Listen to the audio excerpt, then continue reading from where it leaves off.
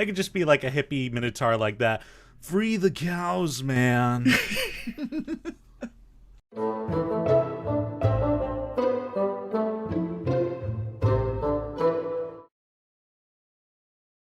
Hi, welcome to How to D&D. My name is Fred Wheeler, and today I'm going to talk about Dungeons and Dragons with some friends. This is our Dungeon Master Roundtable, and we're going to talk about how to have fun and make your Minotaur more interesting in your Dungeons and Dragons game or a roleplay game.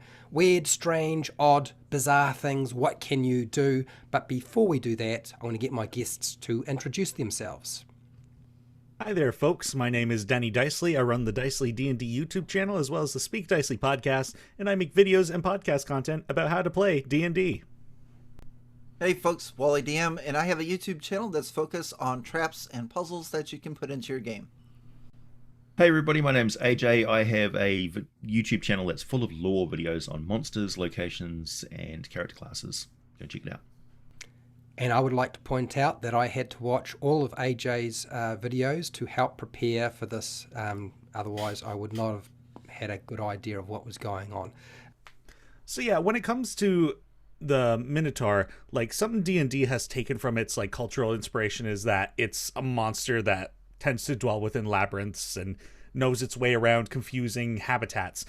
But I wanted to look at a different aspect of its cultural Greek lore, that being that, awkwardly enough, it is the result of a queen and a bull giving birth to this monstrous child, who then the king was like, get it out of here. I wanted to take this concept and follow it through an NPC story instead. So like this monstrous baby has been secreted away and raised elsewhere, and has come back after so many years, like seeking to ascend to the throne that it rightfully has earned. And it's this monstrous creature. I just think it would be a fascinating kind of quest giver for a party to be like, hey, I need your help to help me achieve the throne. To experience this kind of campaign where you have to kind of gauge public opinion about being ruled by a monster, basically. But, like whether you would play him like incredibly charismatic and charming, and maybe once he gets into leadership, if that does end up happening, maybe he is actually a really good leader, or maybe he is truly a monster. But I think it would be an interesting story to explore and have an NPC that's kind of rags to riches. I like it. A Minotaur politician. I would not have thought of that one. Yeah. Round spectacles that like drop down to his nose, so it kind of just looks over at you, just looks down. Got a kind of a Beauty and the Beast vibe to it too. Yeah. Yeah. I was even going to say Beast from X-Men kind of vibe. Okay, so the Minotaur, this one was a little bit hard for me. I didn't know really which direction to go. So I'm going to begin with something that's very obvious, and that's a labyrinth maze type of a thing, because a lot of folks equate mazes to Minotaurs. So I'm going to send the adventurers off. They need to obtain an item, and it is an item or some information, and it's held by this Minotaur that's actually a ruler of a place, like Denny's character there. So we're just going to bring that idea right on over. And this information, they go there, and they are going to find out he's a monster, by the way. They ask him for help, and he's like, yeah, sure, I'll help you, but you have to accept my challenge, and if you get through these feats or whatever else, then I'll give you the information or the item or whatever you see. Like, okay. So I'm going to run these characters through a maze or a labyrinth, but only one can go, and they cannot have any weapons or armor with them. The only thing that the Minotaur is going to give them is they must don the ceremonial red cape around their neck.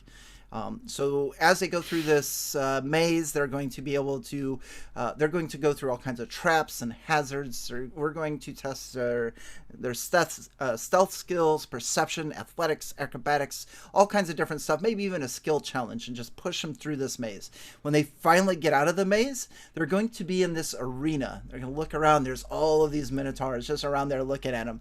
And the Minotaur that put them through this maze says, now the final challenge. And now they have nothing except for this red cape, and they have to successfully 3 times dodge, you maybe use the dodge action, and withstand the charge and gore attacks of the Minotaur. How'd I do? Nice. Oh, 100% on brand. yeah. Very know why I puzzle oriented. Like it. I don't know why I went right to bullfighting on that one. I was just like, No, I think it's a great idea. A Minotaur Matador bullfighter. Now that certainly turned it on its head. All right. Let's get serious. okay. So, Minotaurs are a curse, right? They're an affliction. They're a dirty secret that was hidden away mythologically. There was only one of them, and it was killed by its own horn in the mythology that they came from. So I like the idea that the Minotaur is a mythological creature that's almost unbeatable.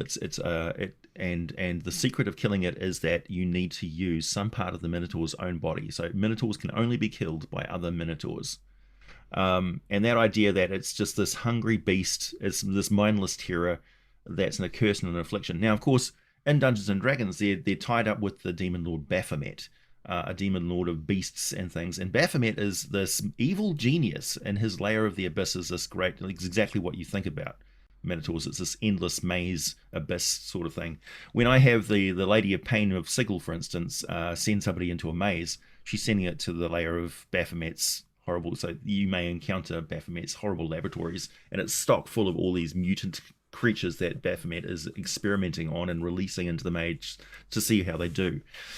So the idea that one of these things might escape from the abyss, and it's this unkillable demonic nightmare that is turning, it's trashing a city and turning it into a maze. So it's barricading buildings, it's pushing over things and turning it into, it's hedging everybody in and stopping the populace from getting away from it. Not only that, but as it attacks them, it's spreading this plague of lycanthropy.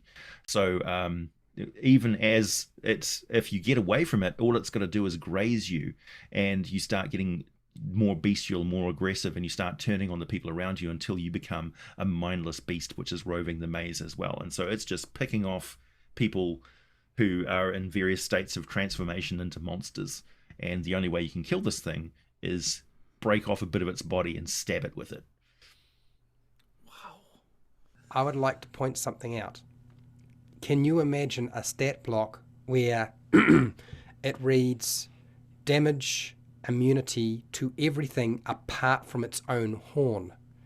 Players would shit themselves. Mm-hmm. Dungeon masters would be flogged and dragged to the street and whipped for doing anything like this. And I love it. Yeah. It's like piercing weapons work, but it instantly regenerates from the damage. It's like, okay, there's something about piercing weapons that we need to figure out. Yeah. So it's like it's got a semi vulnerability to piercing weapons, but it doesn't seem to be stopping it.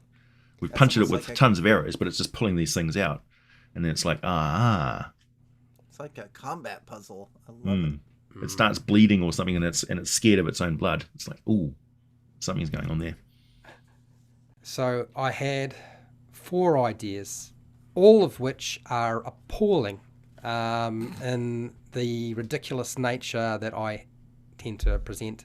For some strange reason, I had a vision of a Minotaur in a kitchen running a fast food tavern, restaurant, or local inn. Never trust a Minotaur taco. That's right. And he's the master chef, this Minotaur. I don't know what it was. I was, for some reason, I could see him making a soup from vegetables and so forth in my mind. Minotaur vegans. That's right. I know that's strange. Yes, we can have chicken soup. It's all right. Yes, we can have pea and ham. Those are all on the menu. So don't freak out. It doesn't need to necessarily be vegan, but it could be vegan. So that was my idea in terms of the first one. And then my mind went somewhere else. And for some reason, I don't know why, but I remember the haunted house in the Easter show. We used to go to the Easter show. And in my mind, I remember it being like a maze. And so I'm like, could you not have like a Minotaur who runs like a haunted house in a carnival ride that travels with a circus? And I'm like, yeah, you could. because that would be his thing. He'd be the one to design that. Or even a maze of mirrors that, because you get those maze of mirrors that get transported around with circuses from time to time. Not really very easy to set up, not very portable, but I like the idea of the haunted house ride where you sit in like a trolley or something like that and you get pulled around this thing. However that might be. Magic, a pulley, a rope, who knows.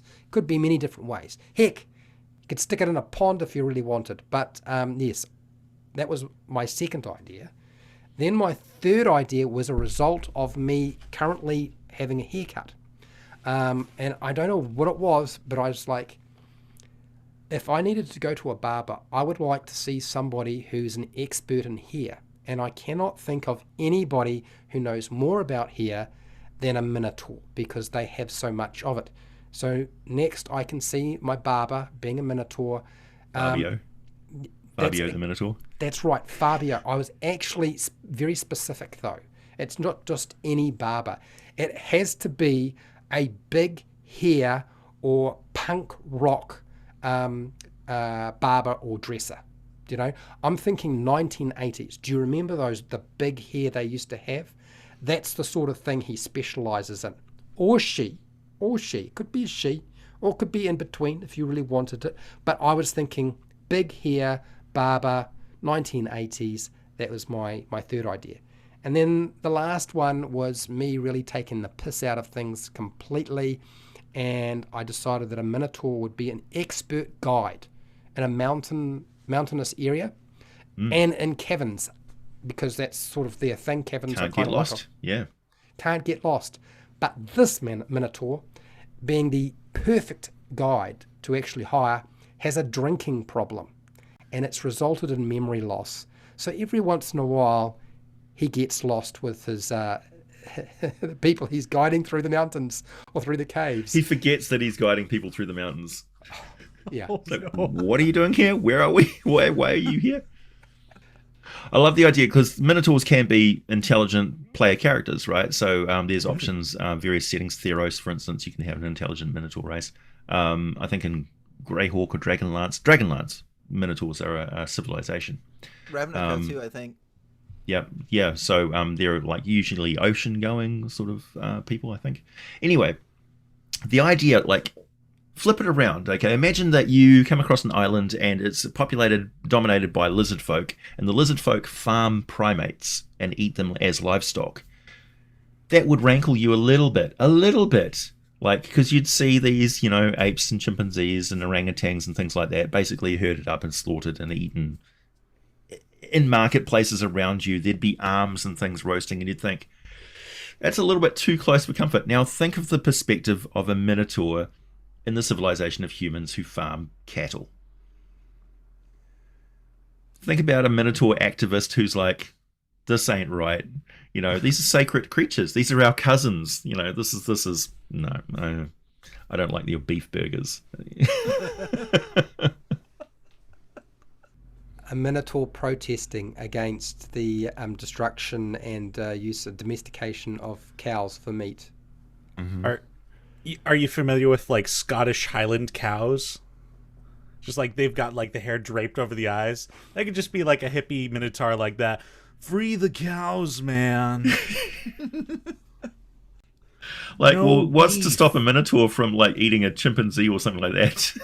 Just to demonstrate how creepy eating cows really is. It's like, well, you ain't got no problem with eating cows, so.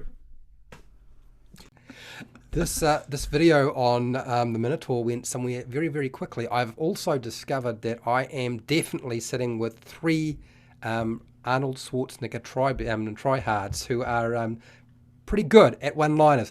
I can't believe that you guys came up with those things. And yeah, it's definitely staying in the video. So let me know in the comments. Let me know in the comments how you would use the Minotaur in your game to make it more interesting, more exciting, more fun, more unusual and weird and odd. We've given you a few ideas, I think. And hey, till next time, keep rolling those 20s. Wow. I'm going to get sued by Chick-fil-A. Wow. And yeah. I thought the Minotaur one's going to be a bit tame. And then I like if you've. I worked in the livestock industry in LIC Livestock Improvement Corporation. I was in the genetics lab, processing tons and tons and tons of cow tissue samples. And every now and then we would go on a tour because the other side of the business is, of course, artificial breeding. And we've got a bull farm, and they deal with these bulls.